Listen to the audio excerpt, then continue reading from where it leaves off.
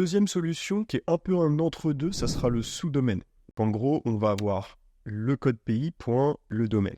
Alors bien sûr, il faut un domaine international quand on fait ça. On ne peut pas avoir un es.seo-monkey.fr. Vous voyez bien qu'il y a une contradiction de code pays. Donc il faut un .com. Mieux, je vais dire un .com, même si on peut aussi avoir d'autres extensions, des IO, etc. Et là, on va être un peu sur un entre-deux. Parce qu'en fait, on sera sur le même domaine. Donc vous voyez, le .com en l'occurrence.